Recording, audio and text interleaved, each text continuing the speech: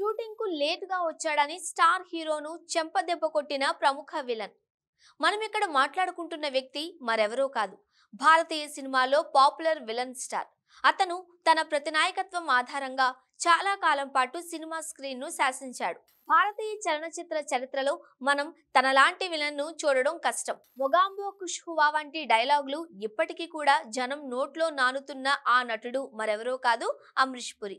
అయితే నటుడిగా మారడం కోసం అమరీష్ పురి తనకున్న ప్రభుత్వ ఉద్యోగాన్ని వదిలిపెట్టారన్న విషయం మీకు తెలుసా?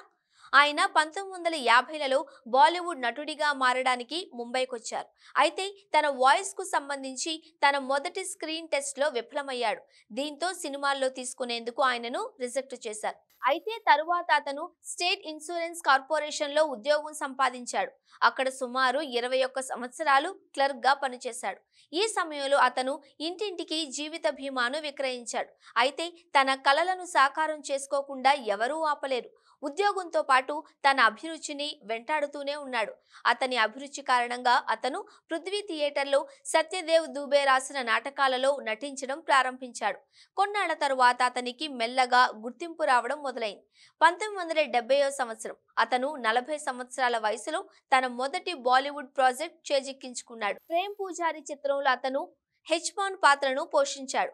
1980లో హంపాంచ్ చిత్రంలో తొలిసారిగా మెయిన్ విలన్ అయ్యాడు. దాదాపు 450 చిత్రాలలో పనిచేసిన అమరీష్ పురి సమయ పాలనకు పేరుగాంచాడు. తన సమయానికి ప్రాముఖ్యతనిచ్చాడు. అతని పని విధానం పరిశ్రమలో చాలా ప్రసిద్ధి చెందింది. ఒకప్పుడు అమరీష్ పురి, గోవిందా కలిసి ఓ సినిమాను చేస్తున్నారు. ఉదయం 9 గంటలకు షూటింగ్ ప్రారంభం కావాల్సి ఉండగా అమరీష్ పురి వచ్చారు, కానీ గోవిందా మాత్రం కనిపించలేదు. మీడియా నివేదికల ప్రకారం గోవింద్ సెట్ కి దాదాపు 9 గంటలు ఆలస్యంగా వచ్చాడు. దీని తర్వాత అమరీష్ పురి చాలా కాలం వేచి చూసి తనకున్న సహనం కోల్పోయి గోవిందను చెంపదెబ్బ కొట్టాడు.